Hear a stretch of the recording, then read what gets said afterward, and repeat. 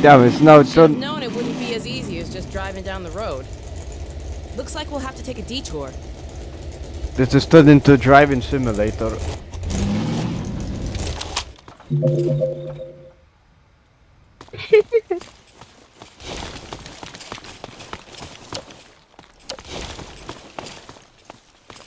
Damn, look at that.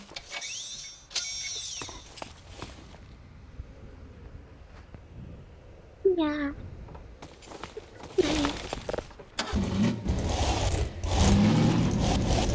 We destroyed the citadel and yet this fucking citadel still not destroyed completely. Freaking portal now.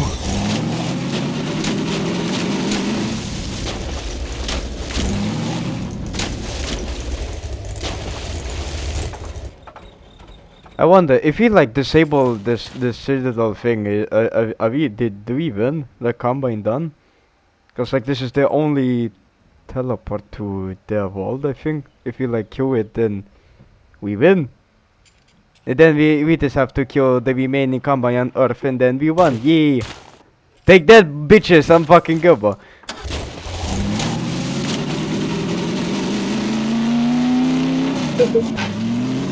A radio tower! If it's working, we need to send a warning to White Forest. They've got no idea the Combine's heading their way. The combine took 7 hours for Earth to conquer, but one fucking guy's gotta destroy them all. One guy, Gordon Freeman. The bird. Look, Gordon, ropes. We can use it to help me, Gordon.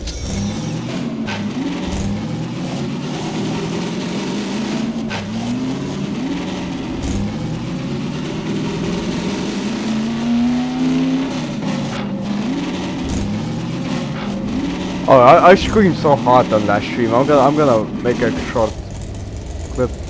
Nobody's home. Wonder how long it's been deserted. Yeah. They must have we a should transmitter prove in one that. of these buildings. We need to find the transmitter room so we can contact White Forest and warn them the Combine are coming their way. Oh my god. The portal's getting bigger. I hope we still have time to shut it down. Airport getting bigger. Damn.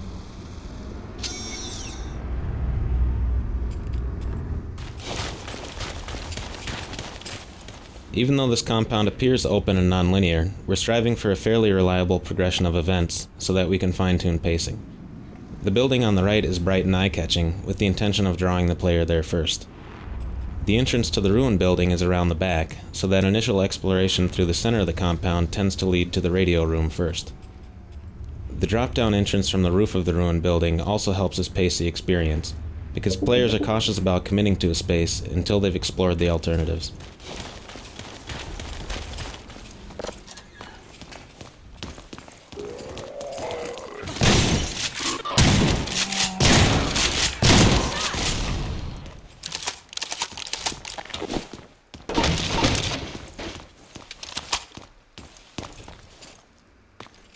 Yeah. Well, here's the transmitter. No power, though. Let's see if we can get some electricity going.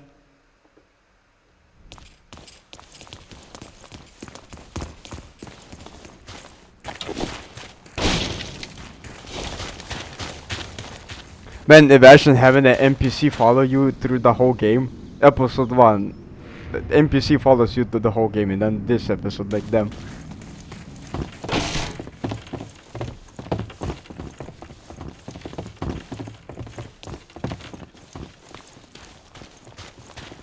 Man, they must have made the AI so smart. Like, this fucking this part of the episode 2 is released 2007, I think. And even the graphics look good as hell. Like, bro, for 2007, this graphics.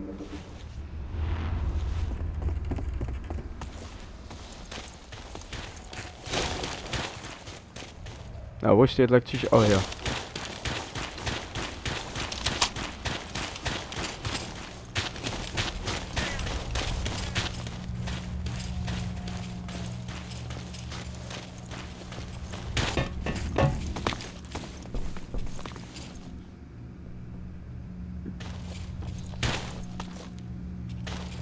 We need to restore power to the transmitter.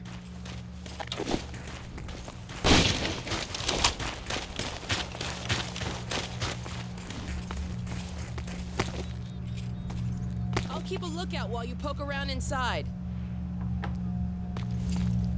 Birch.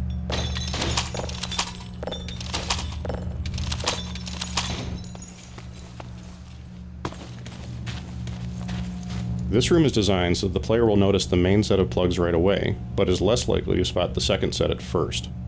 One end of the long cable is already plugged in, encouraging the player to grab the loose end and put it into the powered socket. This makes the faulty wire break loose and spark. With the power on, players try to return upstairs only to discover that now the elevator needs power. At this point, they look about more carefully and discover the elevator sockets. The short cord is tucked next to the elevator sockets, so that they're likely to try to use it there first, before realizing they need a longer one. Given this fairly reliable progression of events, we were able to write a limited number of lines for Alex, so that she could react each time the puzzle changed state. Unidentified weapon acquired. How did this guy appear?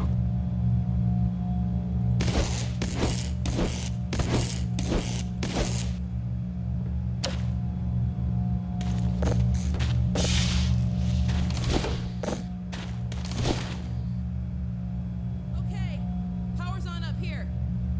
Th- Hey, it's off again. What did you do?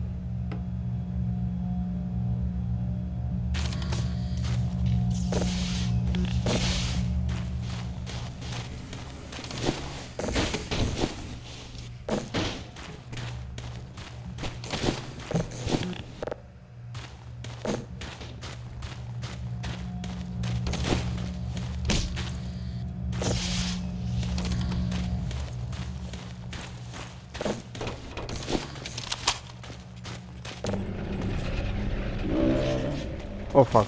Gordon, hide. Hunters. They're up there. Shh. What's on the roof? Don't worry, I can kill them.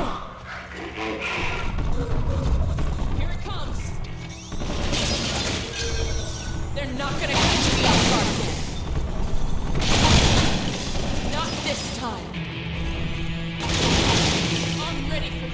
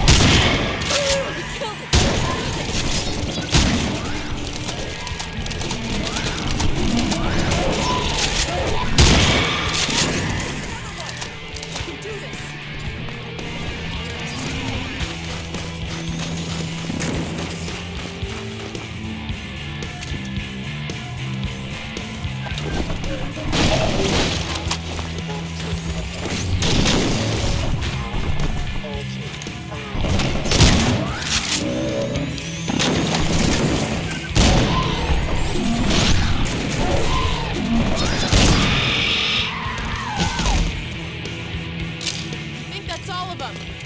I hope so, anyway.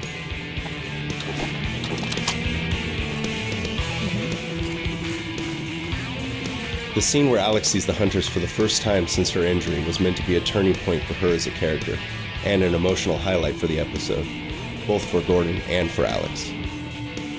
One reason we had a hunter injure Alex in the beginning of the episode was so she could have a strong emotional reaction to the creatures, and use the start of combat as a way of building a good character moment. Alex's previous encounter has given her a visceral fear of hunters, but now she has to make a conscious choice to get past her fear and into the right state for fighting them. She uses anger to get there.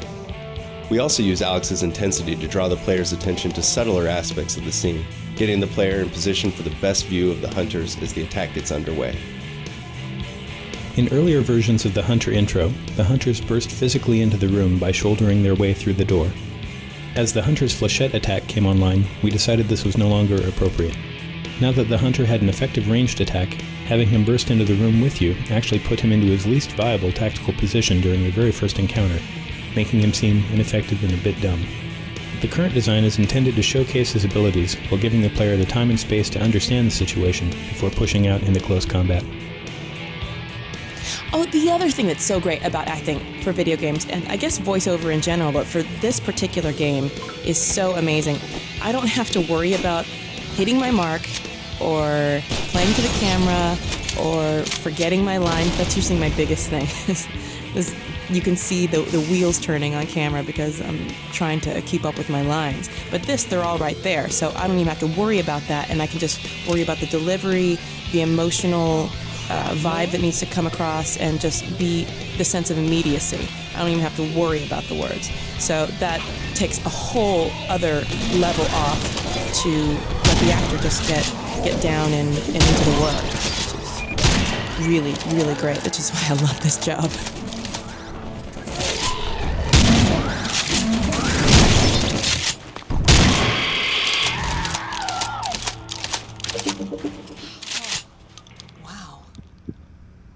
We should get our warning out and then keep moving. That was probably a scouting party. Yes? This area was designed to train the player in the art of hunter combat, and during the development process it changed continually to suit the hunter's behavior. The first hunter prototypes could be killed only by the blunt impact of physics objects. Therefore, to make sure the player learned this technique, we trapped him in this area with one hunter and kept him locked in until he defeated it. Upon the hunter's death, reinforcements broke down the gate and doors, opening up the arena. As time went on and the hunter was modified to make it vulnerable to all types of damage, our grip on the player gradually relaxed, permitting freedom of movement and a wider range of tactics right from the start of the encounter.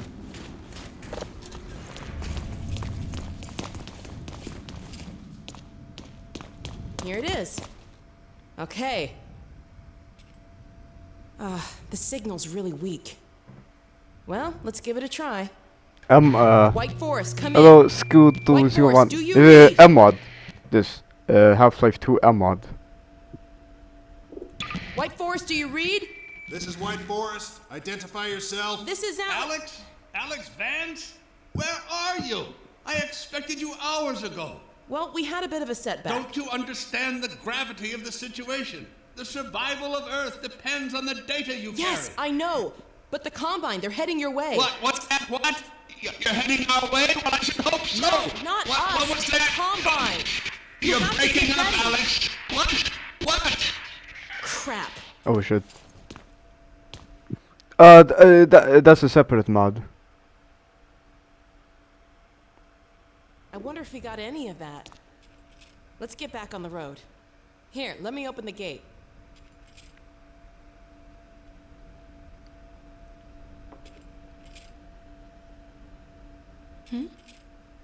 Yeah, in this it has like a helmet mode, like wait, this. Yes, this. I see like no HUD, but when you put on the helmet, it's part of the Half-Life 2 Amalgam Zenith mod, which is like the biggest mod pack for Half-Life 2, like currently in production. What is this mod called? Animated HEV helmet, I think.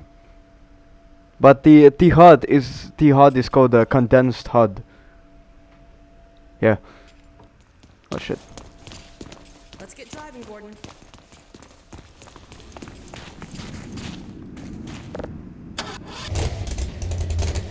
Let's keep going. See if we can pick up the... In this brief transmission scene, we are restating the goals of the level, while introducing a note of uncertainty and developing Dr. Magnuson's character. This scene was not strictly necessary, but it helped players feel some connection to Dr. Magnuson when they finally reached White Forest, and met him in person for the first time. In earlier versions, we tried having the hunters cut the power and interrupt the transmission, but this felt arbitrary. Players were more receptive to this scene after they had solved the power puzzles and survived hunter combat. It feels like a small reward in addition to the simple satisfaction of beating the hunters. Can you send me the link to that? Yeah, sure.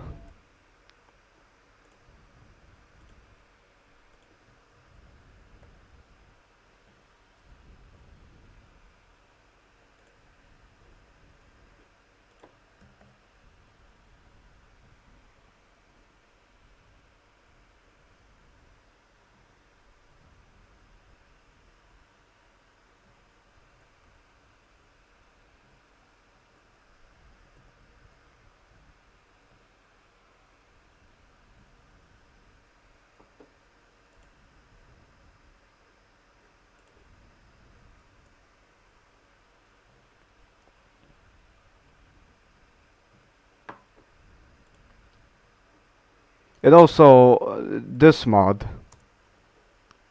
This the biggest mod pack I was talking about.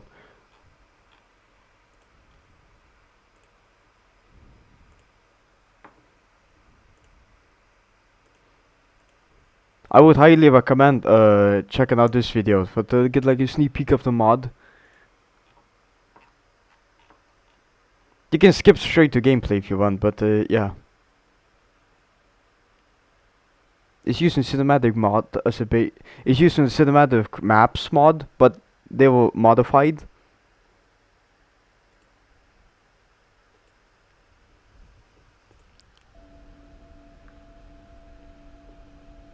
So is the stream working?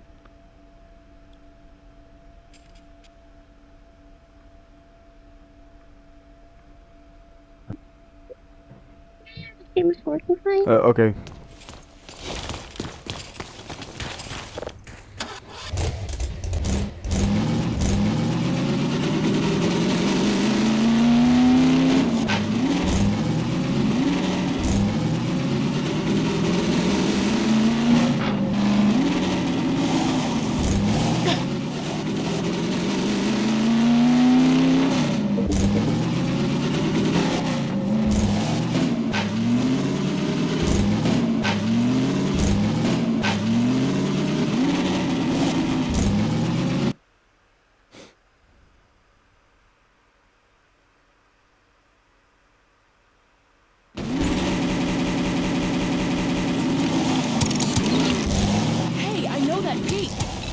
from White Forest. We're heading the right way. Damn mountain. So yeah, like Amalgam Zenith is like it replaces every texture, like no original remains. Like it's like they think that the Black Mesa remake exists, that it's scattered around like Game Bananas and ModDBs and stuff. So like they had to like make the biggest mod pack, and like it looks good. Like when it releases, I'm sure gonna replay Half-Life with these maps. But the file size I think is like 80 gigs. Yeah, it's pretty big. It's like Call of Duty size game. The fuck is this? Oh, is these pods? Damn, it looks like a meteor crashed. This crashed advisor pod is a bit of storytelling embedded in the landscape. It hints at what lies ahead, while suggesting what must have happened in this location only a few hours before Gordon and Alex arrived. By placing artifacts of this sort throughout the episode, we slowly bring advisors into the foreground and develop their importance to the story in a way that doesn't depend on stage dramatic scenes.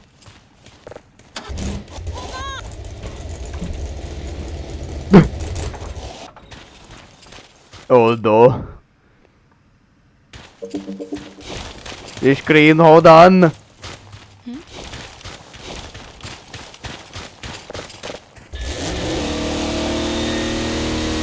Shit!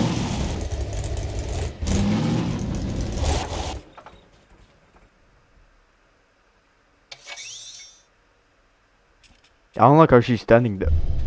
Whoa, whoa, whoa, whoa, whoa. What was that?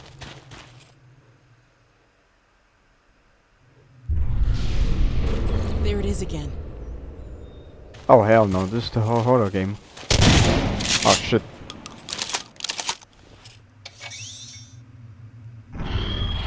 There's an advisor around here someplace.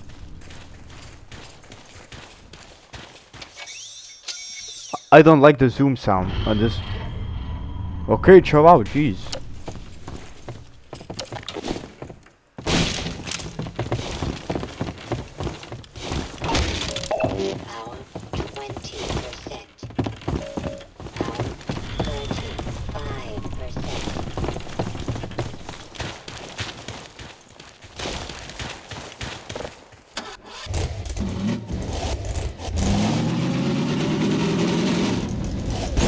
Okay.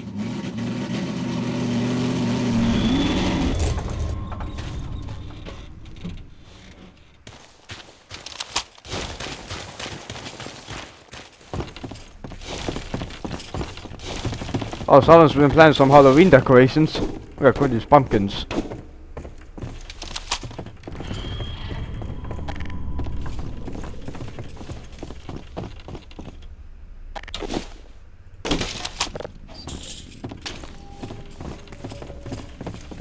Looks like we weren't the first to find this place. Hey, you with me? Power 65%.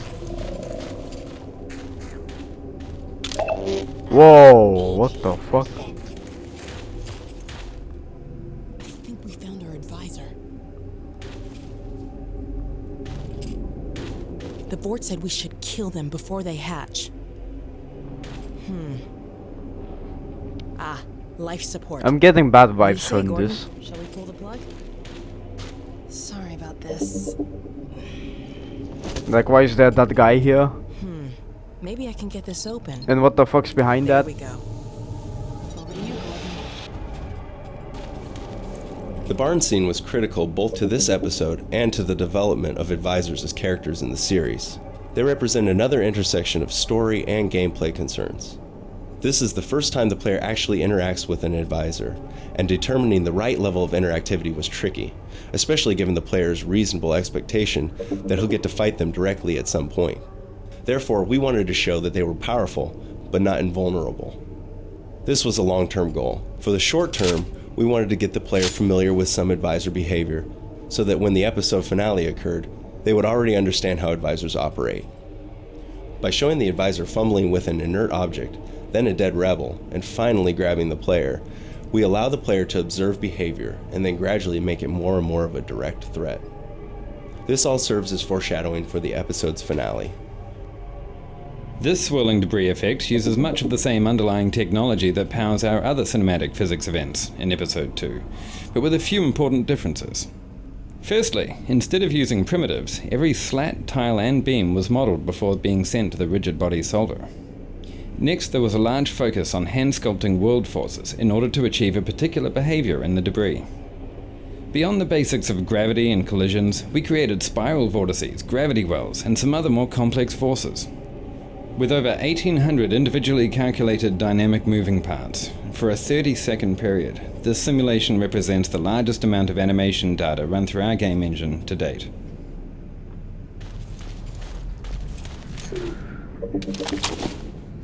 Let's do this. Fuck, I'm going. Bye bye. Bye bye. Huh? Shit, I cannot move. Whoa, whoa, whoa. Oh! What the fuck? Oh my god.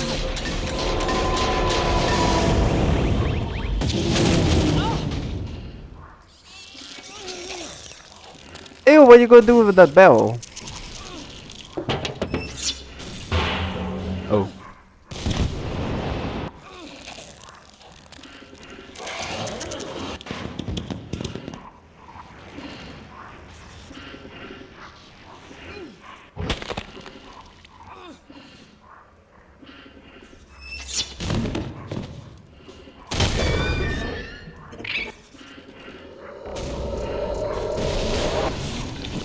Nope.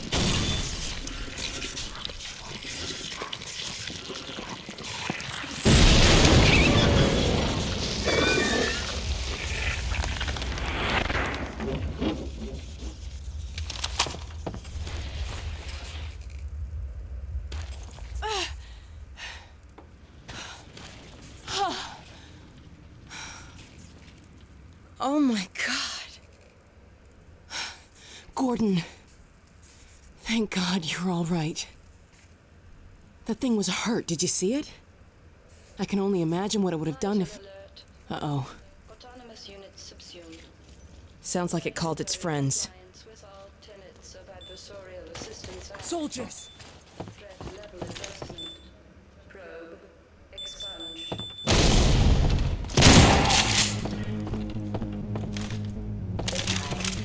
We've gotten better at building combat spaces that are open and tactically versatile, while still directing the player toward an optimal play experience. This combat is on its face pretty straightforward, but we're doing some subtle things to keep the experience even and well-paced. We're using quite a few of our combat tools in this one scene. As the first soldiers enter the barn, we send them in the right direction with an initial cue about the player's location using an NPC enemy finder. The first soldiers serve primarily to draw the player outwards, where the real meat of the combat takes place. The wave of soldiers that spawns as the player rounds the corner to the exit are the most directly controlled. One pair uses assault points to dash across the open ground and flank the player on the right. Others are constrained to hint groups in and around the house across the way, spaced so that the player is hit with an even frontal fire, keeping them pinned for a while and encouraging cautious sniping and probing at the windows and doors. The broken down truck gives a vital bit of mid-ground cover as players leave the barn and advance on the house. Finally, as the player leaves the barn, we spawn the reinforcing hunter. We hold this back both to keep the difficulty more even, and because the hunter combat is better when the player has pushed outwards before it begins.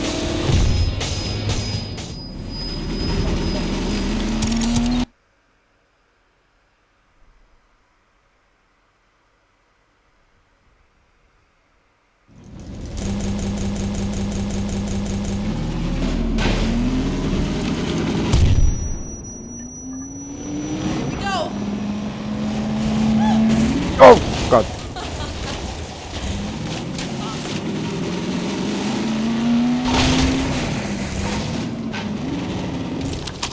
I'll stay here. Our playtesters loved to see the zombie jump on the front of the car, and this naturally encouraged us to want to do more of it. We started off with a high frequency of occurrences of this behavior, treating the zombie leap as a gameplay element that could be played out in variations. Eventually, though, we discovered that this didn't lead to any really interesting gameplay, so we ended up creating just one memorable showcase of the event instead.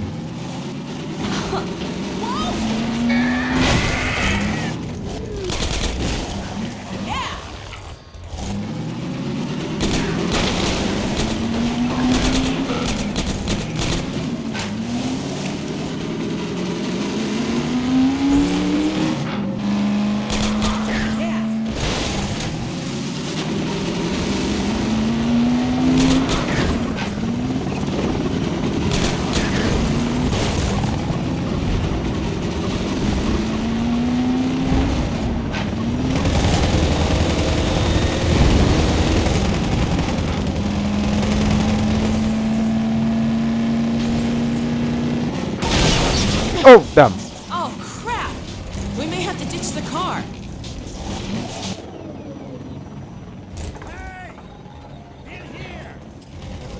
This way.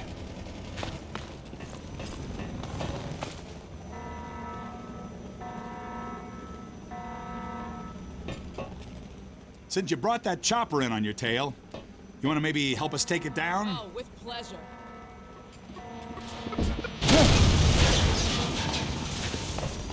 Take it down!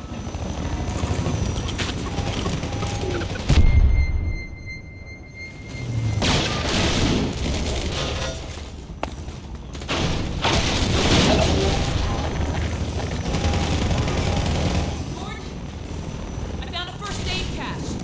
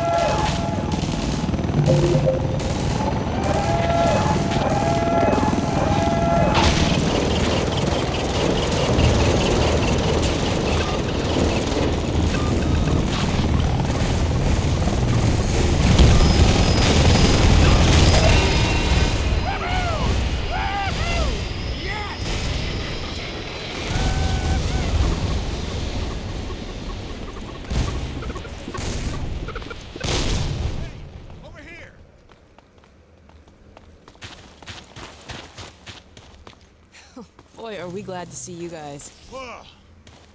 That was amazing. The way you threw their minds right back at them. Well, I could sure use a drink. Who's with me? We need to get back on the road, but our engine's shot to hell. I don't suppose you got any tools for working on cars. Tools?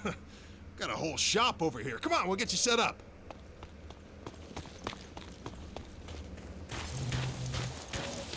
Originally, the Episode 2 chopper battle was a classic fight that relied on the use of the RPG. In the meantime, we were experimenting with a completely new way of fighting the chopper, which we had hoped to have ready for Episode 3. The early Episode 3 experiments were so successful that we pulled them straight into Episode 2. Where's Episode 3? Come on, bro. I give the Combine a lot of credit, though. They're tough competitors. A real class act. Shut up. Shut up. Original.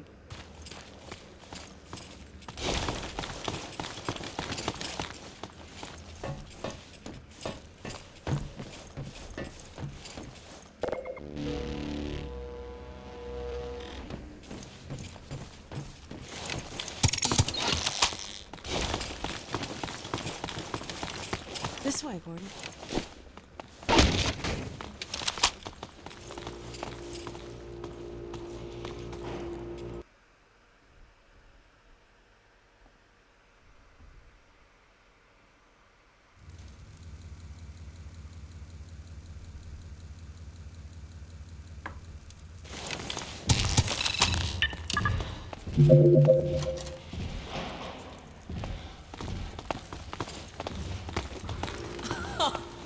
You weren't kidding. We'll be back on the road in no time. Well, that could be a problem. You hear that autogun going off out there? We normally run supplies out of the White Forest base, but a few days ago the Combine cut off access.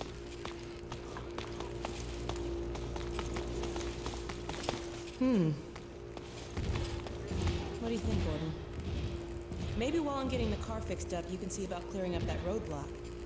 All the fresh zombies coming out of City 17 have kept them pinned down. It's just a matter of time till the troops start pushing this way. If you think you're up to it, we'll let you out there. Huh.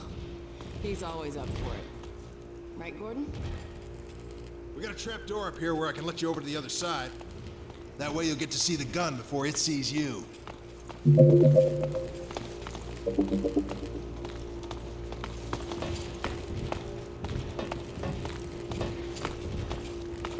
Good luck taking out that autogun.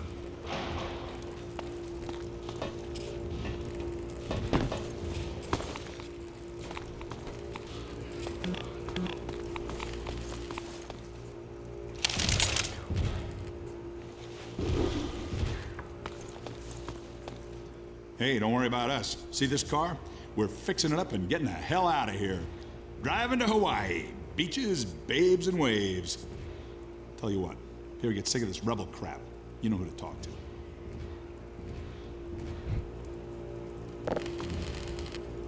Hey, I was drinking that. Oops. Originally, there was a second driving section between the chopper battle and the autogun trenches. The pacing felt wrong, so we decided to remove it and connect the end pieces so that the train yard opens directly into the garage.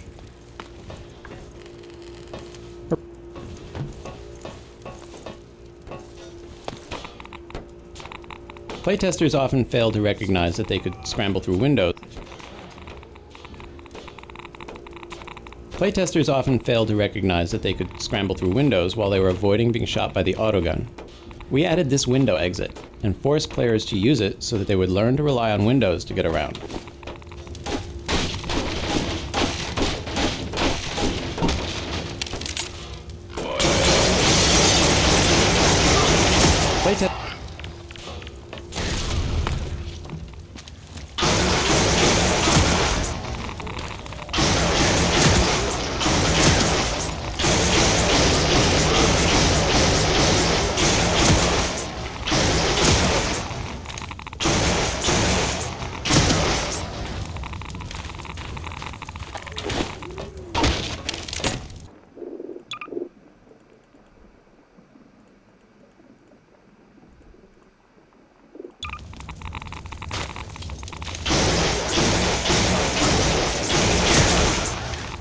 Some playtesters didn't realize that they would need to climb over trucks to navigate around the autogun emplacement, so we added this truck jump early in the level as a form of introductory training.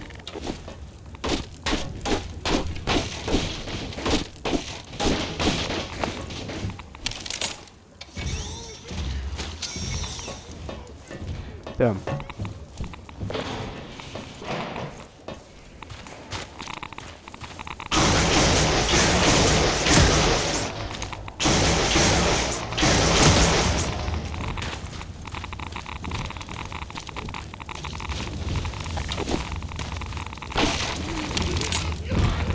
In order to train players that crouching through the trenches is critical for survival, we did several things. First, we start the player in the safe position by forcing them to crouch under the fence to enter the area. Once inside, they learn by watching the zombies. Upright zombies are gunned down, but their torsos are free to roam in the shadow of the junk. Some playtesters believe that while the guns were busy shooting zombies, they would be able to move freely. To counteract this impression, we increased the number of guns from 1 to 3, making it clear that there was always going to be a gun free to shoot the player.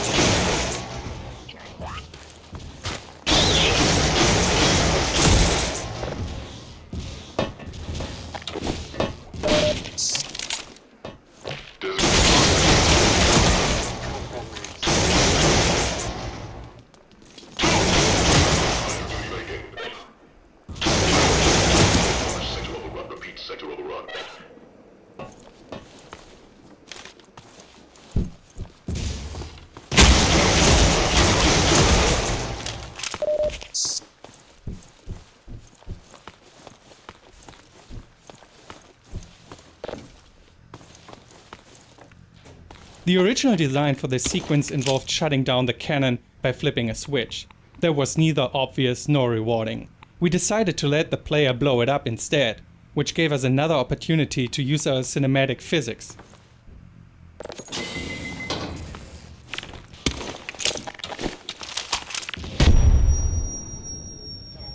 Sustained.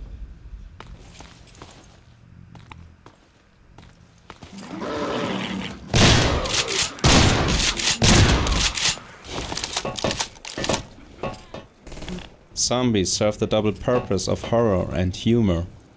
Here, since we knew where the player's view would be, we added a comical scene of a fast zombie torso running away from a soldier. Hey, Gordon, car's ready. Come on back and we'll get going. Once we added the onboard radar to the Strider battle at the end of the episode, we needed to train the player in its use well before they reached that area. This garage was already in the game as a place where Alex needed to stay while the player went alone through the autocannon area. It was a perfect fit to have the mechanic rebels add their radar to the car while Gordon was busy somewhere else. Hey, Gordon! The car's ready. Come on back and Once we add... Come on, Not only did they help me fix the car, they threw in a bonus. Special this week only. It's like an onboard radar for you guys. Picks up little beacon jobbers like this one here. We've hidden a bunch of these things out there in the field to signal emergency stashes. So keep an eye out. When you see your dashboard light up, you're gonna want to stop and investigate. I'll fill you in on the road, Gordon. Thanks again, you guys. No need to thank me.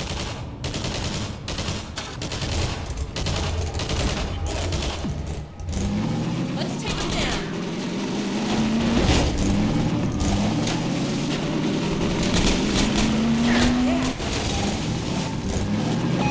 There goes the radar. Stop the car, Gordon. According to the radar, it looks like there's a supply cache here.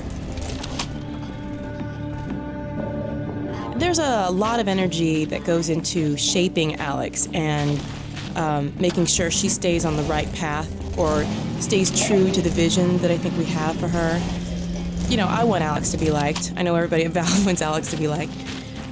But what is really great is that if I get off course or if I've been in the booth too long and I'm starting to sound a little naggy, then I have somebody who's there to kind of pull me back and say, hey, why don't you try it this way, or I think you're veering off course and starting to sound like like somebody's mother or something, you know, because I'm there to help if you're lost, you know, the get-goings or stuff like that, to help keep the game moving and keep you on track. And, you know, there's a kind of a fine line. You don't want somebody constantly bothering you, but you also want a friendly companion. You know, you want somebody to help you out once in a while.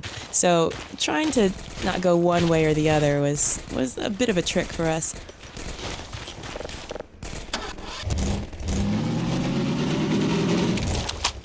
Careful!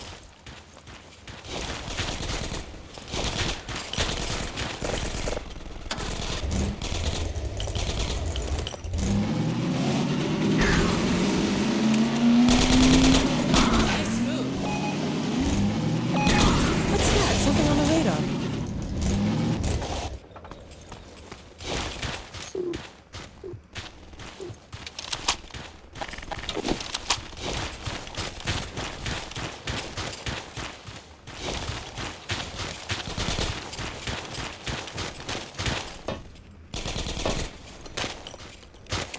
I'll keep watch out here if you want to look inside for the cache.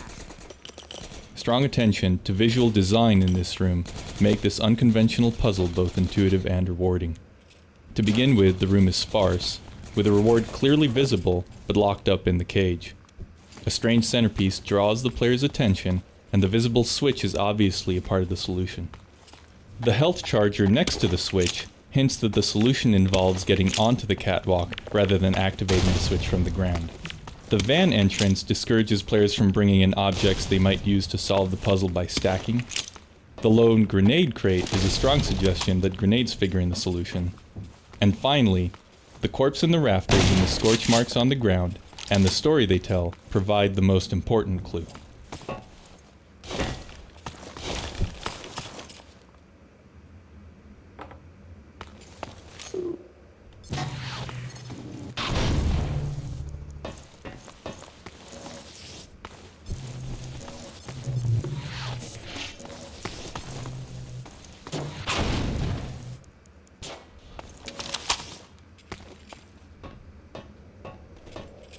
Oh well.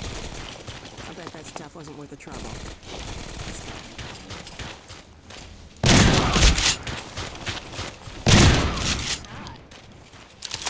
So the circumstances around creating Alex were so kismet that it's almost a little scary. I mean, if you think of the ideal super self that you want to be, like, I don't know, badass moves and being able to karate chop everybody, and then add on to that having a rider to make you sound witty at every turn, it's like having an uber self for me. So I immediately fell in love with Alex.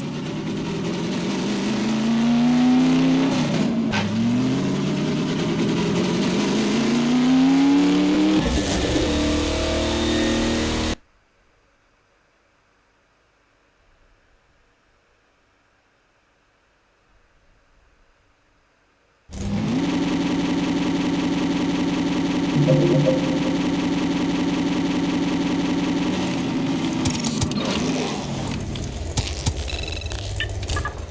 you mind if I wait in the car? The approach to the White Forest Inn contains a number of elements that set the scene for the coming ambush. The road is blocked by Combine walls. A soldier spots you in the distance and radios you in, and 2 hunters run across an opening on the far side of a fence. All these clues are there for the attentive player to spot directly, or to create a sense of growing apprehension in the player who might be paying slightly less attention to the details. So in each episode, we start by agreeing on how to use color choices to create and reinforce the right thematic tone. The tint of a scene can be a powerful source of mood. Episode 1 was pervaded by deep reds. For episode 2, we made heavy use of blue tints in the outdoor areas. The blue was meant to set an ominous tone, while the warm splashes of sunlight were intended to offer visual contrast that suggests a glimmer of hope.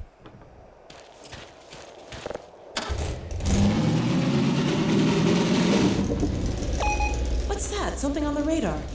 Now, why would the Combine put a roadblock way out here?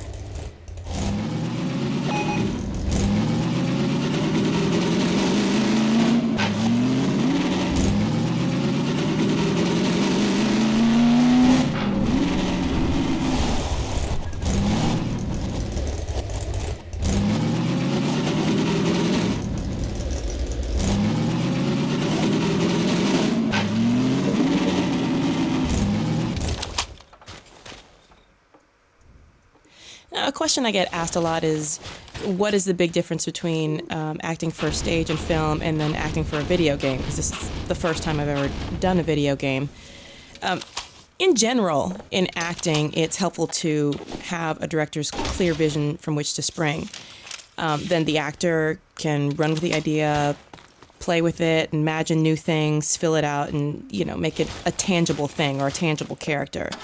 And the great thing about video game acting for me is that I'm completely unlimited. I'm not bound by what I can do physically or how I look or what kind of environment that can be physically created.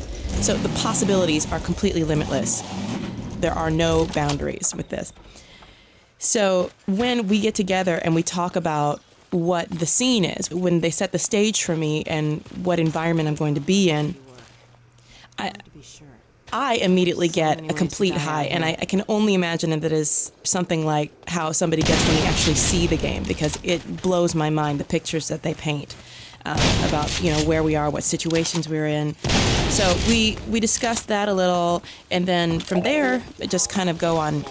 I guess instinct is the only way I can really describe it, because I just take what they give from me and kind of volley it back in the way that it comes out immediately. So I just go into my little dark booth, and I can imagine that I'm anywhere. And it's the best kind of make-believe for a storyteller. When you just aren't limited.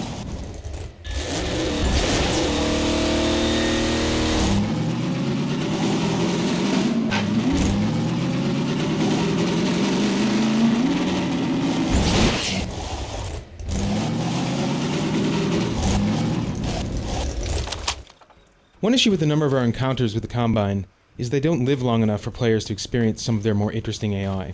Some unique elements introduced here with respect to the Combine are branching assaults, so the soldiers introduced to the field don't take up predictable positions, flexible assault points, so that soldiers can stray from designer-specified locations to establish line of fire or cover, assault progression, a feedback system so that soldier advances respond to player actions and skill rather than timing, giving soldiers different tactical roles. For instance, squads in the field distract the player, allowing other soldiers to execute surprise moves not present in our typical frontal assault scenarios. The net effect of these changes is that the soldiers appear to have awareness of the layout of the building that you're trapped in, and a strategy for flushing you out.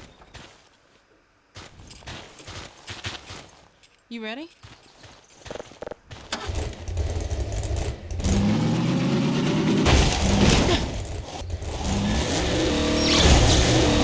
It's a trap! Gordon, come on, get inside!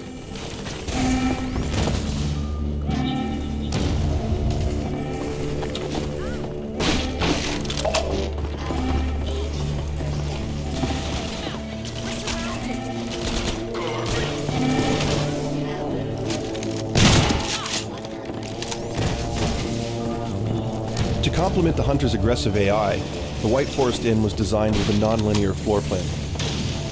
There are multiple ways in and out of each room, as well as alternate routes to the basement and to the second floor. As the player moves through the inn, the hunters often select a shorter route and surprise the player by arriving first or by heading them off altogether. The last hunters that enter the building destroy 2 of the doors that have trapped Alex and the player inside. Removing these obstacles opens the entire outdoor arena for combat, allowing the player to choose whether to fight the hunters within the building or take them on outside.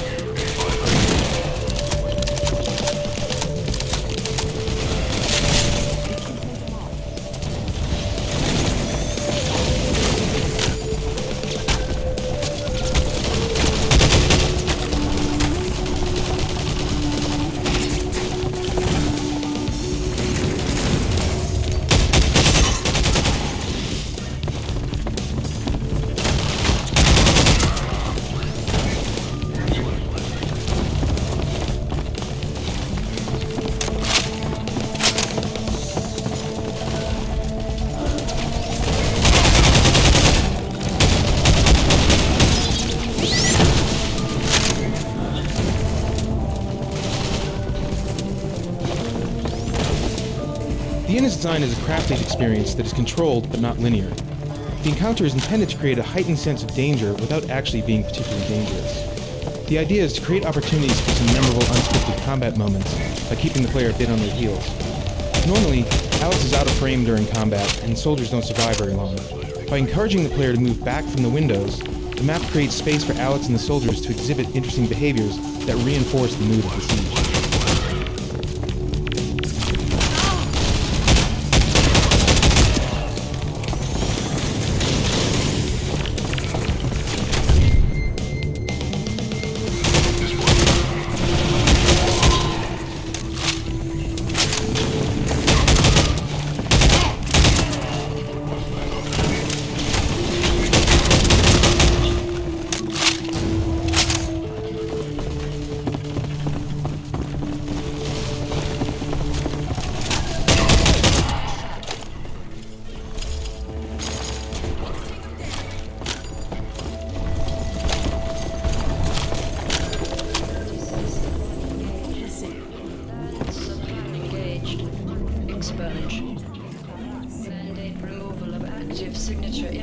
They're still after the data packet.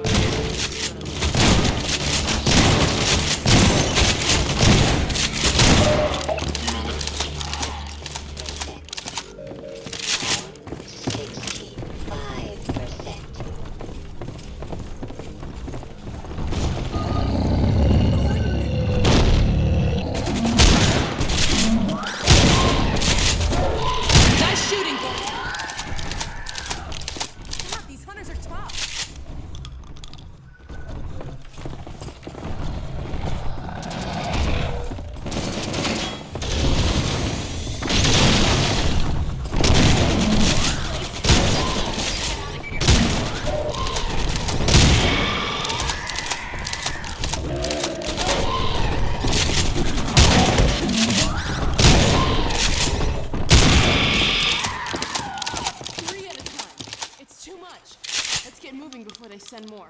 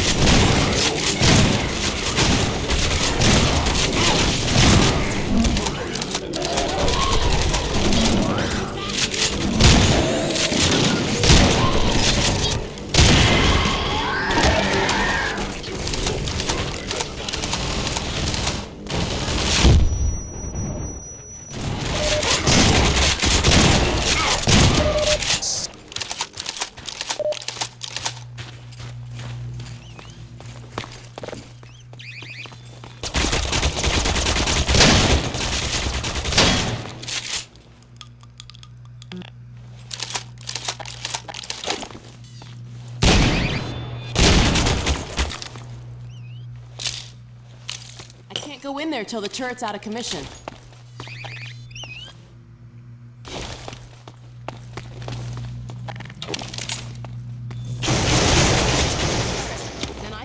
on shutting down the force field.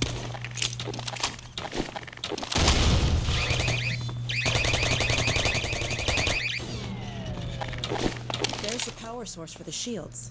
Huh. They haven't skimped on security either.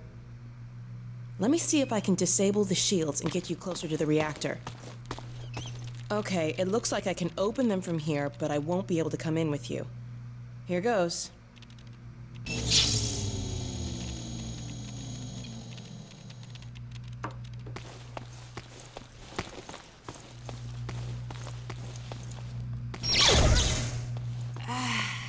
Sorry, Gordon. This thing's fried.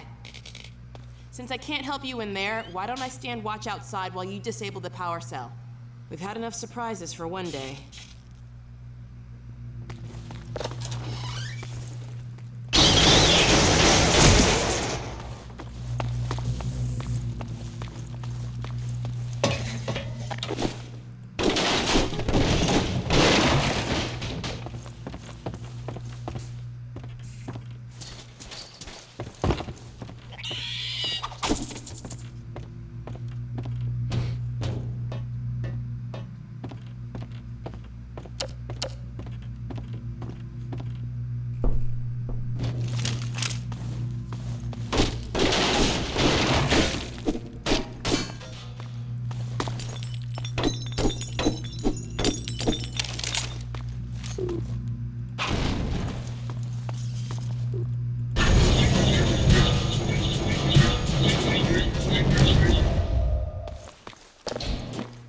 Should have done it.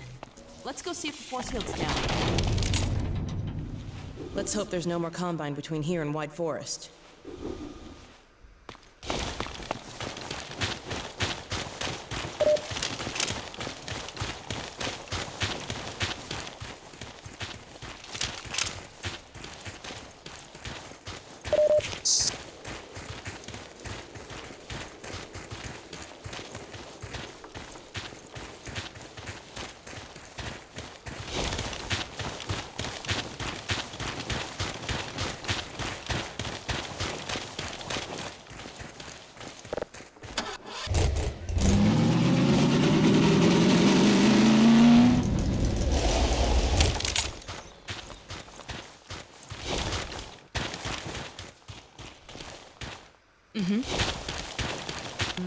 Sometimes, even in an action game, it can be hard to convince players to act like an action movie hero.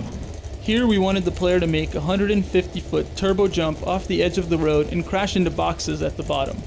Instead, wary playtesters routinely took the safe way down. To encourage more recklessly heroic behavior, we disguised the easy path and added obvious ramps to clearly communicate this was a legitimate feature of the level. I'm back and checking, still 2 miles for both of them not working. Helmet just doesn't work. UI always text like poisonous. Yeah, I don't know, I never had that problem. You have to press T. You have to press T to get the helmet. Look out below! Oh!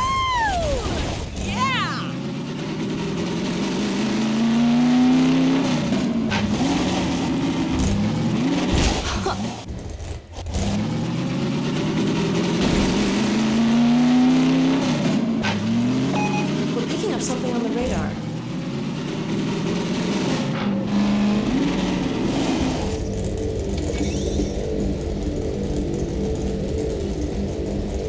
Hey, something on the radar.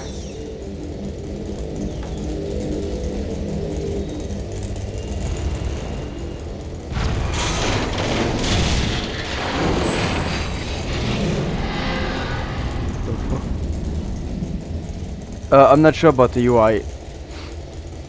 You need to put it in a custom folder.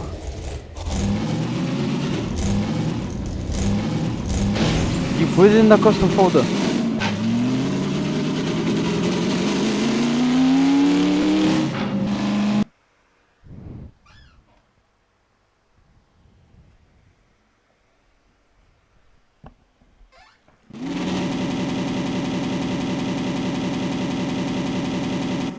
Wait, okay.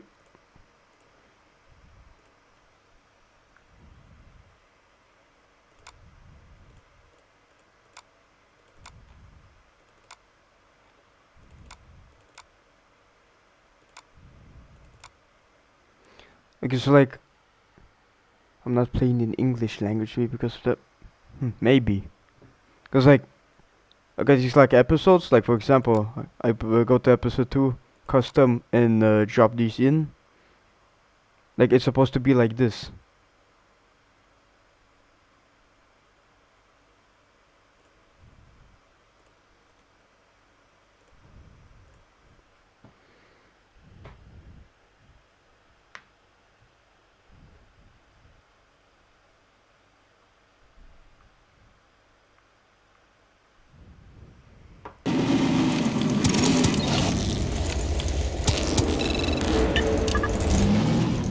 That doesn't sound good.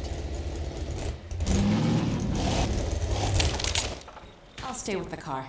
In the Source engine, we use a realistic radiosity lighting simulator to generate lighting detail for the geometry in our game worlds. In previous games using the Source engine, shadows were simulated as if cast by totally opaque objects. In Episode 2, we needed to render large wooded areas, which required us to modify our shadowing technology to account for the sparse, semi-transparent nature of foliage. With these upgrades to our radiosity lighting simulator, we are now able to realistically illuminate the trees themselves, as well as generate soft, semi-transparent shadows on the environment around them.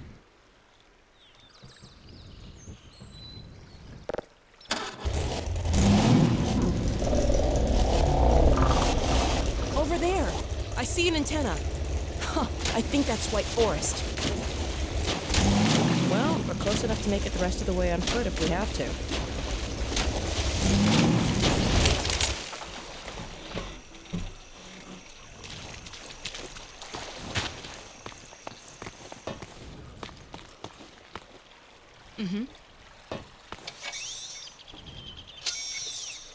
The Strider has big parts of him that rip off. He spews goo everywhere. He's a great testbed for new modeling technology and our new particle system. We custom built him just for this sequence. With our episodic process, a lot of new technology comes online throughout development. Since any new technology takes a year or more to really work out all the bugs, we like to look for isolated areas, like this one, where we can test out new things without risking all the things we know already work. We did this with HDR in our Lost Coast demos. Once we're sure we didn't break anything, we can move the features back into general use. Since the Strider worked out really well here, he'll be the new Strider as we move forward, and we'll be applying what we've learned to any new monsters in Episode 3. Our main goal with this scene was to create a cinematic battle of the Titans, Dog versus a Strider. While we were excited with the earlier implementations, it became obvious that players were uncertain of their role in the scene. Originally, the confrontation built slowly, with Dog squaring off against the Strider. But having such a slow beginning proved problematic. It looked great in the trailer, but didn't play well in the game. Instead of the slow build, we decided to send Dog straight into action. He makes a grand entrance, jumps on the Strider, and the fight is on. The quick start helps to grab the player's attention instead of giving them too much time to worry about what they ought to be doing. Alex's robot Dog is cobbled together from spare parts, all of which are in various states of disrepair. For Episode 2, we chose to use shading techniques to improve the look of Dog and better convey his scrapyard origins. Along with upgrades to Dog's texture maps, his shader now uses a combination of Phong shading and environment mapping to increase the apparent detail and diversity of materials, from rusty bolts to the damaged metal flaps salvaged from a Combine scanner. Racing Dog to the base was not a preconceived plan. It was born out of testing the level over and over, and repeatedly trying to keep up with Dog as he ran to the base. This was sufficiently fun for us that we began to figure out ways to encourage players to do it too. Yes.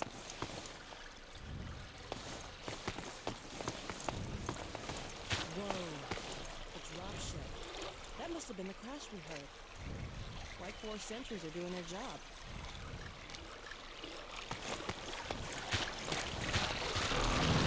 Whoa, whoa, whoa, whoa. Fuck.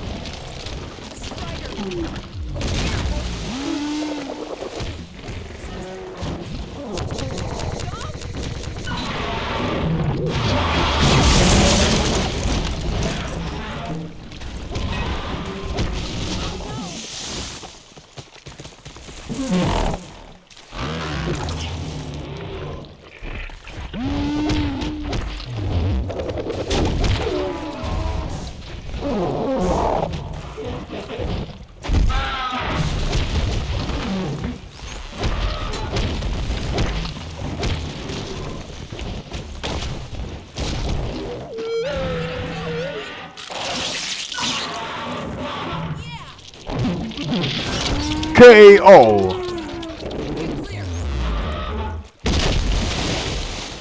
Oh no! Dog! Dog! Are you alright? Wake up, dog. Please. You're alright! You had me worried there. Everything working alright? Good. You all right down there? We're fine. Is dog okay? Better now. We've been waiting for you. Just follow the stream, then head up the other side. White Forest is right there. You can't miss it. All right. Thanks. Okay, let's go. Come on, Gordon. Get the car and we'll shall us out to a race. Good boy.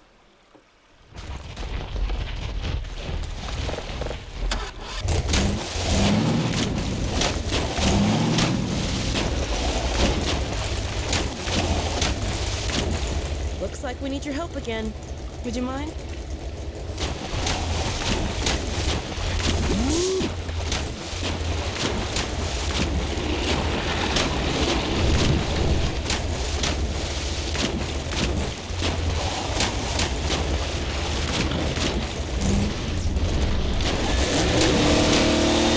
Way to go, boy! Okay, dog. Race you to the base. Step on it, Gordon.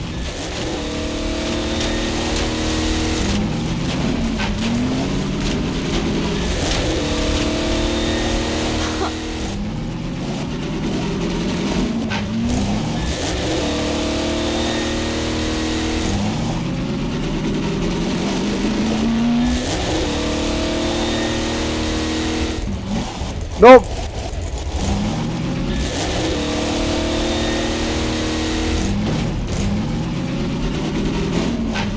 This is it. We made it. Alex and Gordon Freeman. Oh, why was the UI like that? Better luck next time, Slowpoke. Let us in. Yo, let him through. Thanks. We had a feeling you were close when we saw a dog take off like that. I was never so glad to see him, believe me. Well, Gordon, White Forest. We made it. Safe at last. Oh. So, a really cool experience was that while I was at Valve, I was talking to one of the animators in the hallway, and we're just carrying on a conversation. I was getting to know what he did, and I just happened to be looking over my shoulder and noticed that people kept popping their heads out of their offices.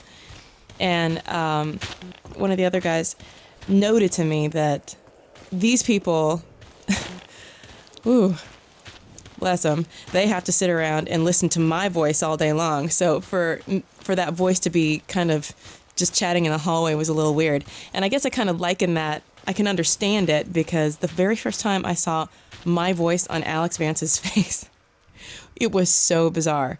And so when I watch people talk to me for the first time and they've heard my voice as Alex, and they have the exact same expression, I'm like, I understand. I get it.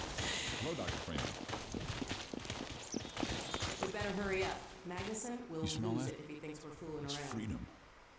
Yeah, you never know.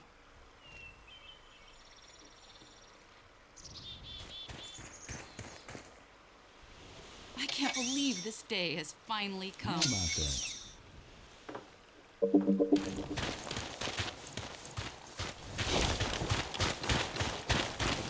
You hear sus?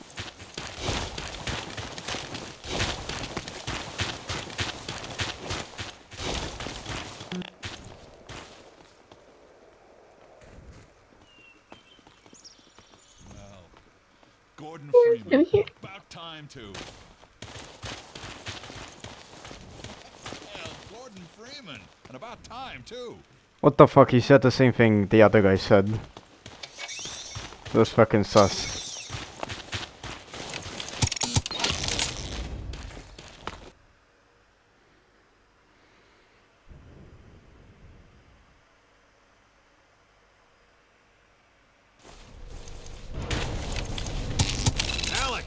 Dr. Freeman, you made it. Hey! Boy, are we glad to be here. Yeah, we heard you ran into a little trouble out there. Combine's been trying to head in the front door. I think they learned their lesson. You mind if we keep dog patrolling out here? I don't know. Armor compromised, I think. You heard him, dog. I'm gonna go see Dad. I'll catch up to you later. You take care of yourself. I don't think Eli knows you're here yet. He's in Silo 1 access unit, right through here. Shall we? Yeah. Dog. Oh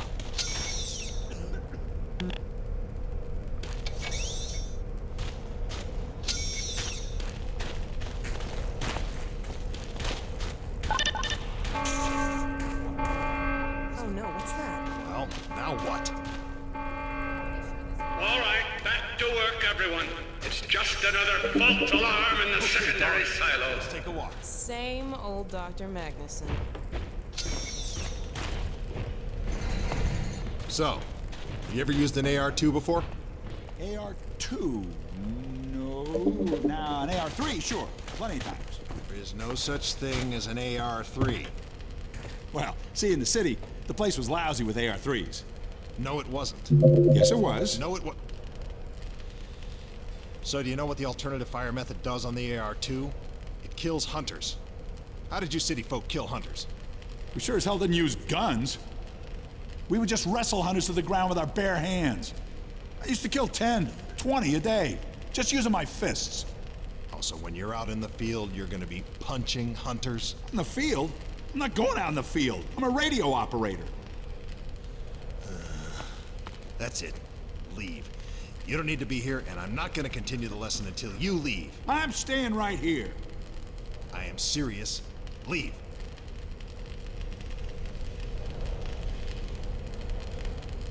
I'm not going to continue until you leave. Excuse me. Go on without us. We got stuff to do. No time now, Doc. Yes.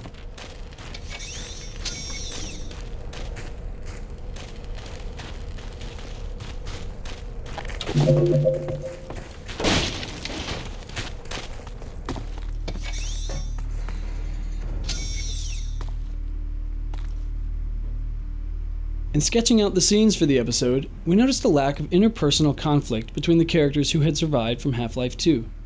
Alex, Eli, and Dr. Kleiner have a lot of affection for one another, as you will see in many of the scenes. And while we all value the benefit of strong, positive relationships, we were happy to have Dr. Magnuson around to get irritated by all the hugging.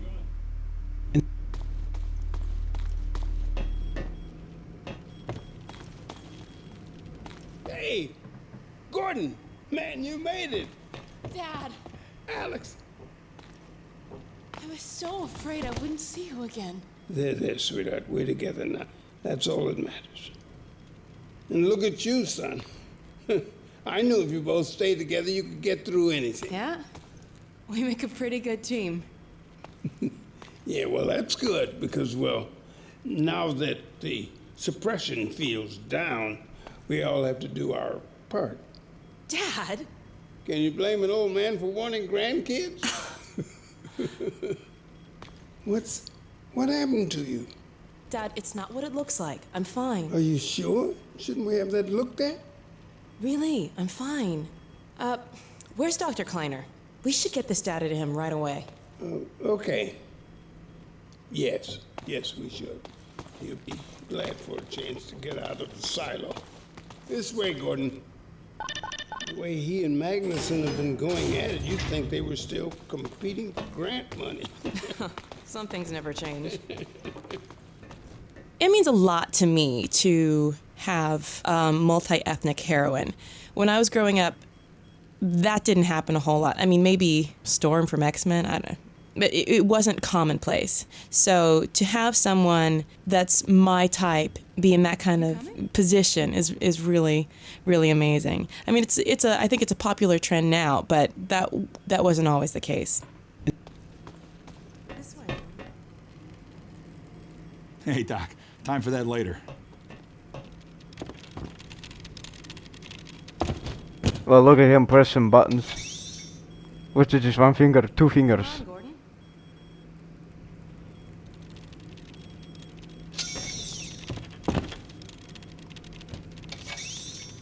alien using PC.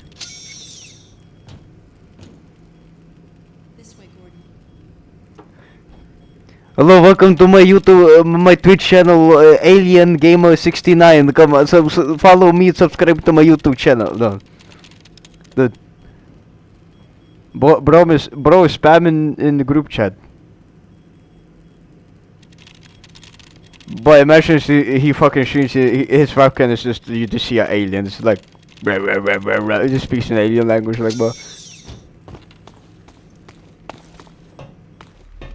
Do we have any idea how long until the super portal's active? We don't know for certain. We're keeping an eye on it. And what about the Combine? Will we be able to launch before they attack? It's gonna be close. All it would take is one Strider to destroy our rocket. But we're ready for him. I'm sorry we couldn't get here any sooner, Dad. Don't worry, sweetheart. We're gonna make it. I'm just so glad to have you back. I'm glad to be back. It's Grim! Last thing on my mind was submitting it for the Kleiner certificate of approval. The troubles we might have were the result of staffing and supply deficiencies. And get your craniocondylar parasite away from my nose cone! Now listen here, Magnuson. There's no call for hurtful comments. Good grief. Eli, why didn't you tell me they'd arrived? Don't worry, Izzy. They just got here. My dear, what a relief. Not to mention a delight to see you here at last. And Gordon, I see you in the HEV suit have taken excellent care of each other. They're inseparable. The data, people, the data! Kleiner, are you going to sync up the satellite, or should I postpone the launch to make time for a family reunion? All right. I was just saying hello. But he's so pissed. Oh, fine. No one grants me a moment's peace, but by all means, unroll the red carpet. Good grief. I only meant they might. Oh, never mind him. Bro, what's your problem? My dear, where is this data packet you've been carrying? If I delay a single moment, I'll never hear the end of it. You have my word on it. It's right here, Dr. Kleiner. We've got a ton of data. The strange thing is, it was all attached to a transmission from Judith. Transmission? From Judith? Do you mean the message didn't get through? We've got to see this right away. Just let me start the decoding process, and then we can view it in the auxiliary control room. For God's sake, hurry. Yes, of course. Another alarm? Oh, what next in the parade of constant interruptions? Hello? Is anyone there? Anyone? False alarms all day. Damn crows have been nesting in the tracks. I do not know how I am supposed to concentrate with all of this racket. Freeman, you're not doing anything. Make yourself useful and find out what the hell is going on in there. Yes. Gordon, if you don't mind, I'd feel better if you had a look. Catch up with us when you're done. Freeman!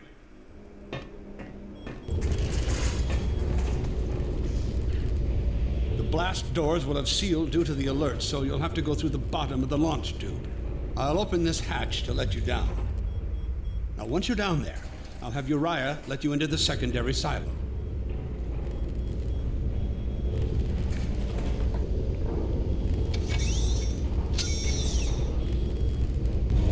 Well, what are you waiting for, Freeman? A hug? The situation's not going to investigate itself. Bro, why are you so pissed, bro? I'll fucking kill you. Due to the number of characters involved in this scene and the cramped spaces, we found that the actors were constantly pushing the player around in order to get to their marks. We developed some tech that allowed the actors to gauge the position of the player and the other actors, and choose among a selection of marks. This not only solved the congestion problem, but made scenes feel more dynamic. Dr. Magnuson was the result of a decision to bring forward another signature character from the original Half-Life, along the lines of Dr. Kleiner and Barney. As we developed the character, we kept referring back to this line from Half-Life to keep us on track. Gordon doesn't need to hear all this. He's a highly trained professional. We've assured the administrator that nothing will go wrong. Though we liked the character who came into focus, we found that this voice was sounding too much like a caricature for our increasingly grim and realistic world. We like to hire actors with the natural voices that we want for our characters, as opposed to hiring actors to create voice characterizations. In John Aylward, we found someone who could deliver the brusque arrogance of the original lines, and also take the character forward into some of the richer and subtler opportunities we foresee for him. If you listened closely to the Vortigaunts in the Antlion tunnels, you may have heard one of them using a complaint very similar to Dr. Magnuson's here. Their affinity to Dr. Magnuson has caused some of his mannerisms to spread among them by way of their low-grade telepathy. Oh. The ladder's here. Yo, should we launch him into space? Sauce. Let's go launch him into space. Goodbye. Oh no. Go launch into space. Launch the rocket! Okay, shut the fuck up, I'm going. Jesus Christ, bro. That was so persistent, jeez. Rather than just make up something that would fit our fantasies of a rocket, we designed Dr. Magnuson's rocket around blueprints from the Titan family of missiles. Grounding the details of our world in reality, making them as precise as possible, makes the invented, fantastic elements seem that much more believable.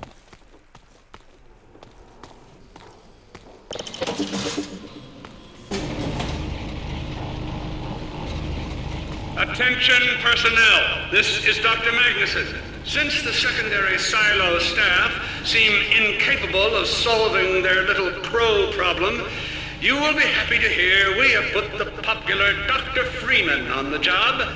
We all look forward to his remedy, and I look forward to hearing the staff's excuses for why they couldn't handle it themselves. Thank you for your patience. We intended White Forest to offer a change of pace from the constant action that preceded it. A few moments to reunite with old friends and get to know Dr. Magnuson, a breather before the big battle ahead. However, our first version of the sequence was a logjam of long, talky scenes. Gordon and Alex stood around listening to Kleiner and Magnuson argue at the top of the silo, then rode an elevator to the bottom of the shaft while Dr. Kleiner lectured them about rockets and satellites. They wandered into a control room to watch Dr. Mossman's transmission, and then hatched a plan to get her back. We knew we were in trouble when even the authors of the scene were bored, and no one had the patience for the revelations that followed.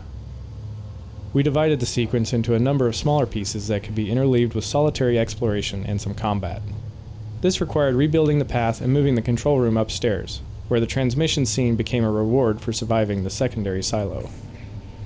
As a result of these changes, the White Forest experience is more varied, the narrative comes in digestible portions, and the players are able to play at their own speed, rather than being led by the nose the entire time. This steam jet is an example of something we call a mechanic refresher. It's meant to refresh the player's memory on how to perform a certain task they may not have used in a while. In this case, we remind the player about using valves to turn off steam in a relaxed environment. In the map just ahead, this trick will be fresh in their mind, and they'll be far more likely to realize they can use steam jets tactically when they encounter them in a combat situation.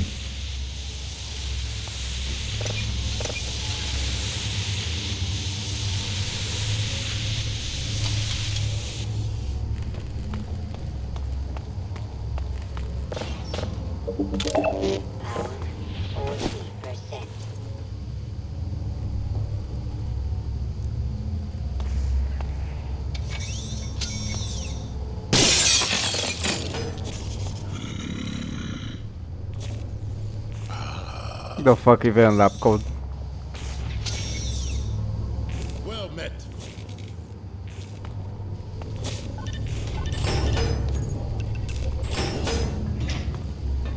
Freeman. The Magnuson has instructed me to admit you into the secondary silo.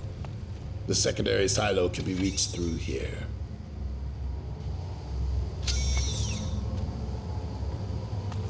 In Half-Life 2, when we first decided to make Vortigaunt ally characters, we played around with having a prominent Vortigaunt companion. Because of their bowed posture and semi-servile manner, this individual was dubbed Heap, after Dickens' character Uriah Heep. In Episode 2, we named the prominent Vort at White Forest Base Uriah. In Episode 3, we'll find out Dickens' unused middle name for Uriah Heep. Originally created as a minor background character, the Vortigaunt lab assistant, known internally as Labby, was so popular with playtesters that he evolved into a fully developed character with a unique name and a special place by Dr. Magnuson's side. Truly, the Magnussen's mind is akin to a force of nature.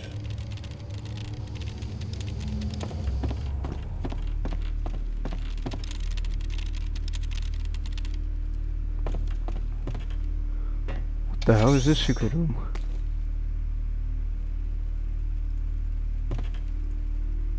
Yeah. Many of us are fans of Lost, and we noticed several strong Half-Life references in the first season of Lost. Gabe Newell and Lost creator J.J. Abrams exchanged fan mail, and Gabe promised Abrams there'd be a Lost reference in episode 2. We delivered on the promise in this obscure area of the White Forest base.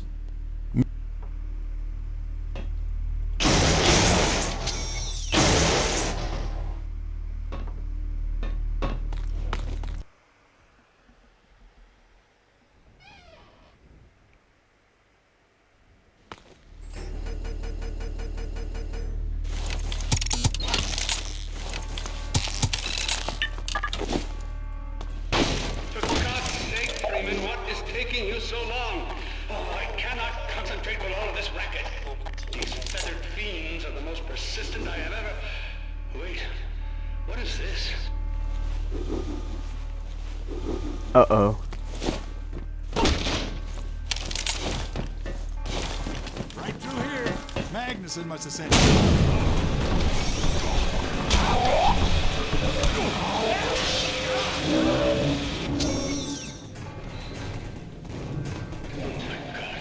Oh dear. This is a breach. A breach. Attention! Attention personnel! This is Dr. Magnuson. We are experiencing a breach of internal base defenses. Please bear with us while we pinpoint the location of the breach.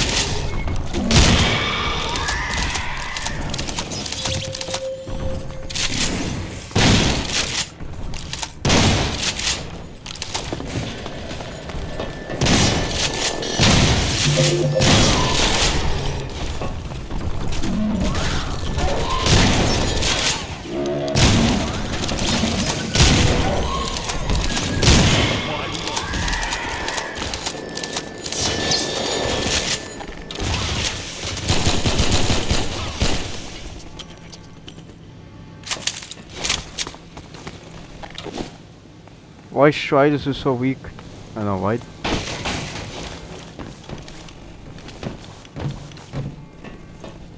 Like literally a small robot dog just fucking killed it. Oh, hunters. Yeah, full shotgun ammo and boom, 6 shells. One of the main goals for hunters was to make the player feel he was vulnerable wherever he might hide.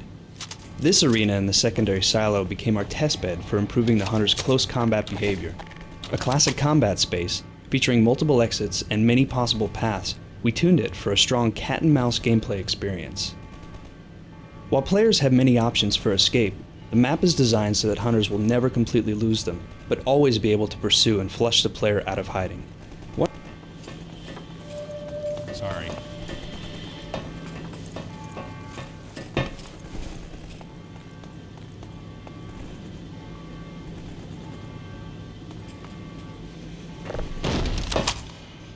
Them.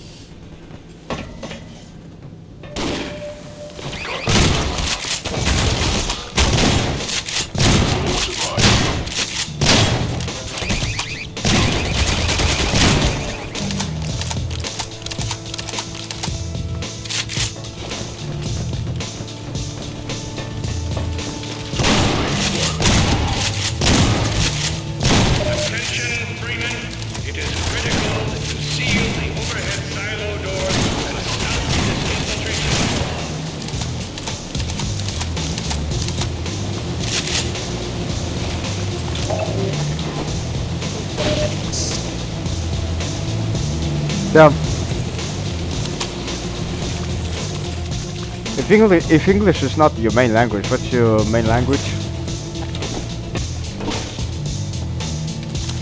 Level designers and artists now have the ability to create unique effects as needed, for gameplay or to add dynamic life to a level. In this case, this simple water leak wouldn't have been possible before without involving a programmer to create a new class of effect. Thanks to the new particle system, unique effects like this are easily created as needed, without any programming.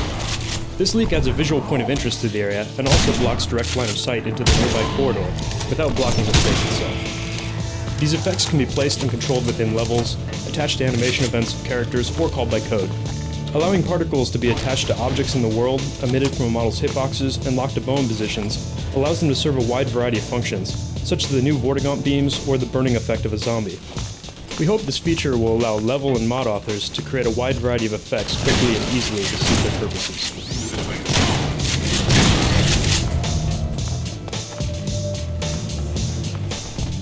Ай, на нахуй, курва, успел се нахуй, блядь. Yeah, well, I know a little bit of Russia. Only some courses though.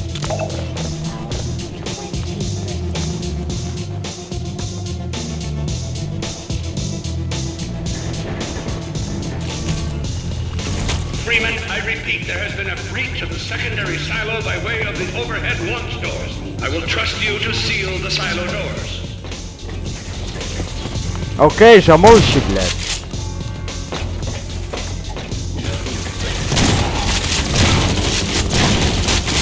Fuck! Kurwa!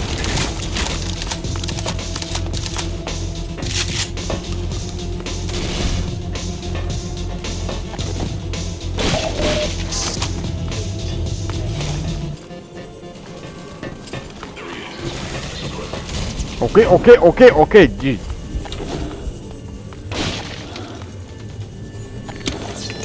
Napi.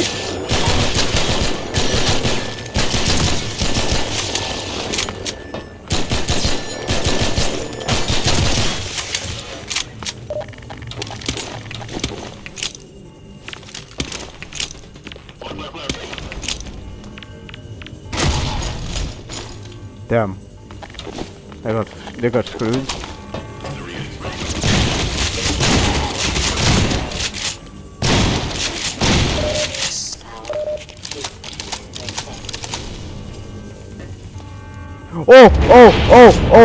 Oh, shoot, kill him. Okay.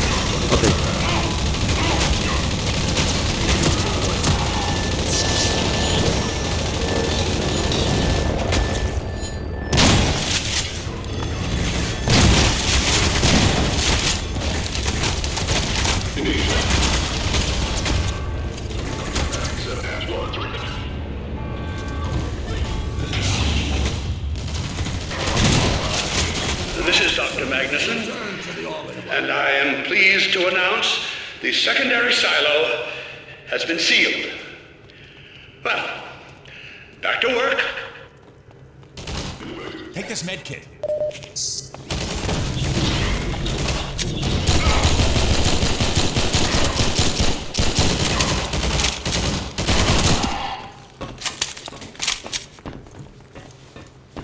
Gordon, thank goodness you're okay. Glad that's over. We couldn't get in till you sealed off the silo when the blast doors opened up. Incredibly true. I better let my dad know you're all right.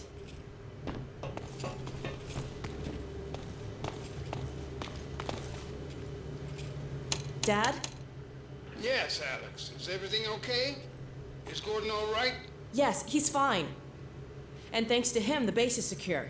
Good. We're about to watch the transmission from Judas. We'll head right over.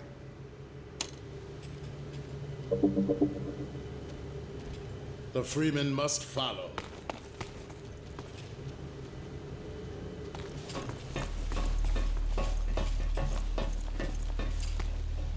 If you would take the Freeman from here, I can return to my place of honor at the side of the Magnuson. Sure thing. Thanks for the help. Dr. Kleiner told me that Judith headed north in a helicopter right after they got here. But he wouldn't tell me why. Yes? Certainly.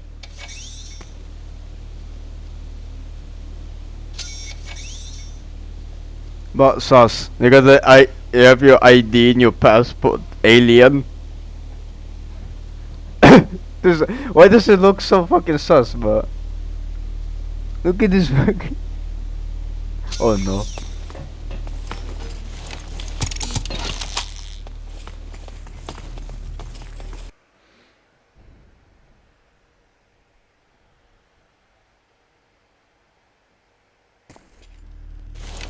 I'm fairly sure I've pinned down the location of the project.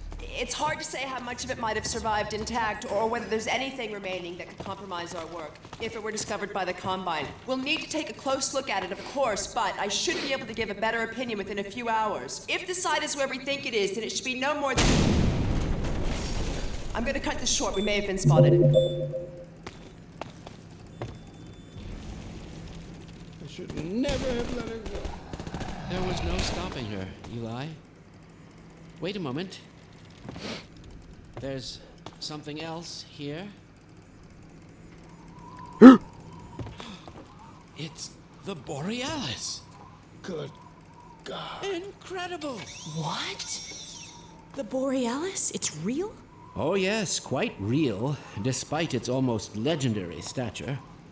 Our peers at Aperture Science were at work on a project of some promise, but in their rush to beat Black Mesa for funding, they must have compromised ordinary standards of risk. We heard their research vessel had simply disappeared, vanished, with all hands, and even part of the dry dock. Few believed the Borealis would ever be seen again. It should have been lost forever. Ah, but now that we've found it, we can use it against the Combine. Did you Use it? That thing has to be destroyed. But think of the advantage for humanity. We can't simply waste all that potential. Has Black Mesa taught you anything? There's no controlling that kind of power. Well, yes. There's always a risk, Eli. But my goodness, we have coordinates, blueprints, hailing frequencies. Quite ingenious of Dr. Mossman to hide it all in the carrier wave. Well, that means she's still alive up there. But if the Combine catch her, they'll tear out everything she knows. There'll be nothing left of her. But we don't know for sure I won't that... take that chance. I'm going after her. No, Eli, the only thing worse than Judith falling into their hands would be if they should get a hold of you. She may know the particulars of the Borealis, but you know everything about the Resistance. Listen to Dr. Kleiner, Dad. Gordon and I are more than able to handle this. We'll get her back. Kleiner, where are you? Why isn't the decoding finished? Oh, fine. The code. Yes, Magnuson. It just needs a little bit longer. If you're waiting for the Combine's go-ahead, they'll soon be here to give it to you in person. I'll hurry it along, Magnuson. I'll be back as soon as I finish. Dad, are you okay? Not again. No, I can't. What the? Dad, prepare for unforeseen consequences. What did you say? What the fuck? Dad! Okay. It's okay. Just lean into me. Let's get you off your feet. Thank you, baby. I'll be fine in a minute or two. Okay. Do you need anything? Actually, Alex, would you mind getting me a cup of tea? There's a hot plate in the old staff room. I'll be right back. Gordon, just keep an eye on him. We're not going anywhere. Thank you, baby.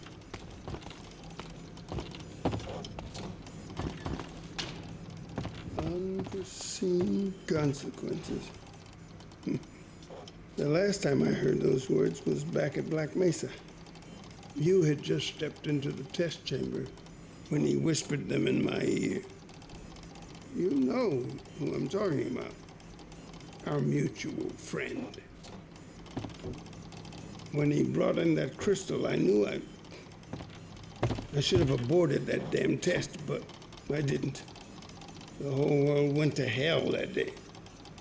And now he's using my little girl, putting words in her mouth. God, Damn it. I should have known when he rescued her it was for his own damn reasons. Gordon, there's so much I need to tell you. Between us, we may finally have a chance of, Here you go. Is everything all right? All right, people, change of plans. There is no way we can launch before those Striders are... Oh, excuse me if I'm interrupting tea time. I'll just step out until you've finished, if that's more convenient. Well, Freeman, I believe I found the perfect use for you. Follow me, quickly. We'll talk later, Gordon. I'll catch up with you in a bit. But you shipping black hole. It's a fucking black hole. Aperture Science, being specialized in the development of portal technology, fit naturally into the cosmology of Half-Life. Rather than forcing Portal into the Half-Life franchise, we used it as an opportunity to make our world bigger. By suggesting a long-term rivalry between Aperture Science and Black Mesa, we open up possibilities in both games that didn't exist when they were separate entities. Aperture Science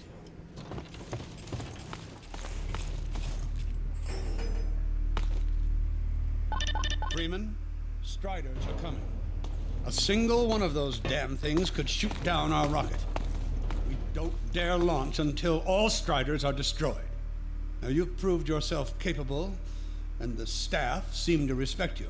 Therefore, I'm putting defense of White Forest and this ingenious new weapon of mine in your hands. We call it the Magnuson device. Not my chosen label, you understand, but it seemed to please the personnel. Now look lively in there. Warm up the delivery port. Whatever you say. Now, what it is a sort of sticky bomb, although cleverer than that makes it sound. From your point of view, you merely pitch the device at the Strider's hull, then blow it up. I've struggled with a mechanism for launching the device, but, well, your zero-point energy field manipulator clears up that little problem. Now follow me, and we'll let you get in some practice while we still have time.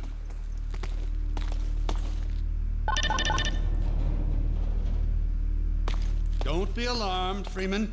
This Strider's days of impaling your friends are a thing of the past. The Strider Buster, or Magnuson device, started life as a Half-Life 2 weapon called the Hopwire. This was a weapon that would leap into the air and create physical connections via ropes to the surfaces around it. Once attached, the ball would be suspended in the air, ready for action. We never shipped that weapon because it wasn't generally usable enough in our environments, especially outdoors.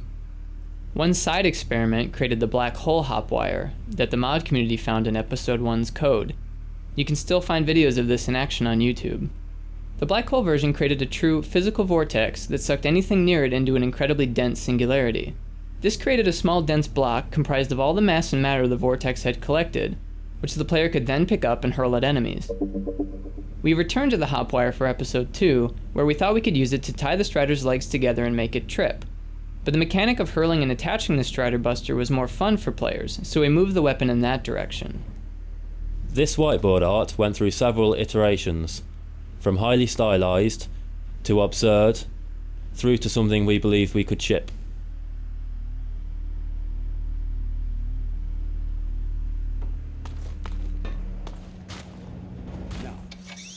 Out in the field, we'll supply you with all the Magnuson devices you need through delivery ports like this one.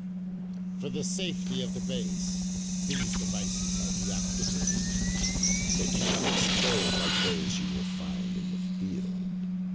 Now go ahead and take the device out of the dispenser. Now you'll want to use your gravity gun to throw it. Fans of Half-Life 1 may remember a gag involving a microwave oven in the Black Mesa lunchroom. If you push the microwave button several times, the casserole inside it explodes, a memorable experience for many first-time players of Half-Life. In Episode 2, we thought it was finally time to let you know whose lunch you had ruined, and give you a chance at redemption.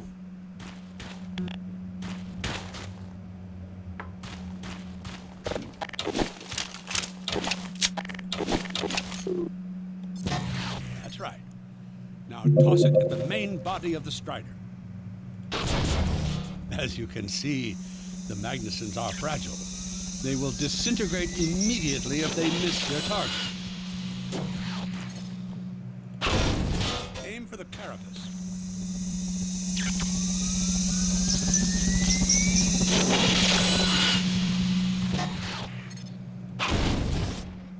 The carapace, Freeman.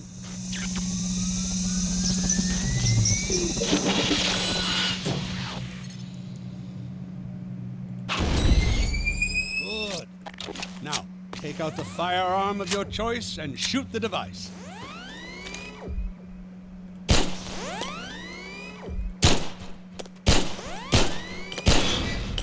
There you go. Not too difficult at this range, is it? Gets a bit harder when it's moving about and firing at you, of course. Now, let's move on to a more challenging task. Uriah, send the target to the far end of the rails.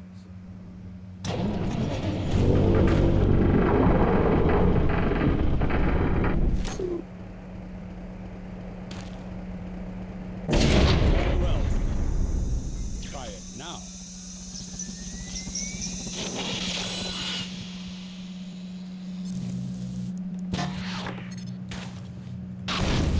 A bit more challenging at this range, isn't it?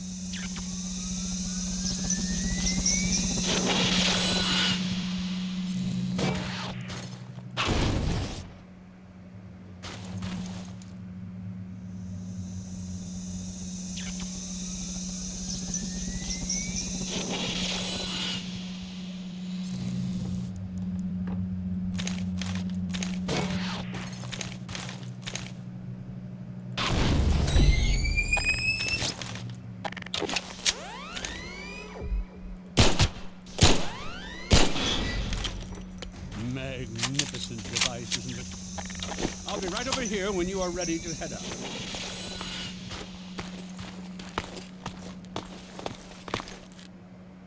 Had enough? Your car is fueled and ready to go.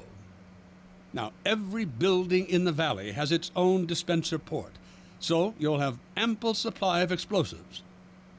Now, I must get back to my rocket, Freeman. I'm relying on you not to squander my trust, or my Magnusons.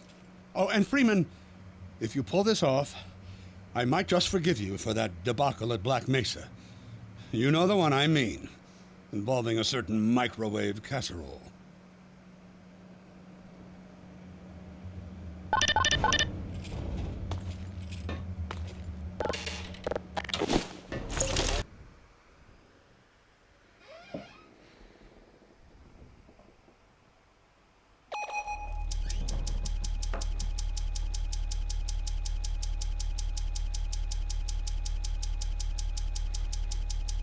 Dr. Freeman, over here. I've taken a few liberties with your car. Check it out. I added a rack for Magnuson devices back here. I tweaked your onboard radar so the combines show up red on the dashboard unit now. Plus, it'll send a homing signal to your HEV suit in case you get separated from your car. No need to thank me. Now check this map. We're right here at the south end of the valley. Rest of the gang's up north by the old sawmill here. Head on up there, and they'll fill you in on the battle plan. I'll be staying here to watch the field and send status updates. Good luck out there.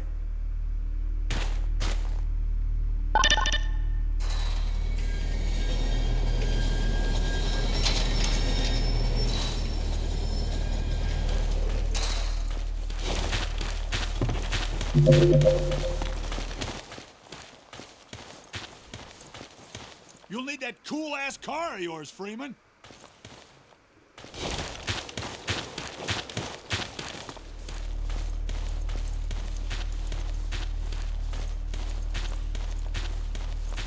One problem we faced in this map was that players would abandon their car in the heat of battle and not be able to find it later. Given the time pressure and large scale of the map, some of these players couldn't succeed in protecting the base on foot. To address this, we started by adding flashing hazard lights to the car, which helped when the car was in view, but we still saw players lose the car among the trees or behind hills. Eventually, we added a vehicle locator to the player's HEV suit, so players could find the car wherever it was. We wanted players to use the car as much as possible, both to move around the valley quickly, and to run over the hunters as a quick and satisfying way of killing them. To encourage this, and to help with orientation problems, we added radar to the car, which indicated the location of enemies. This made the car a more valuable tool in the battle, and solved the navigation problem once and for all.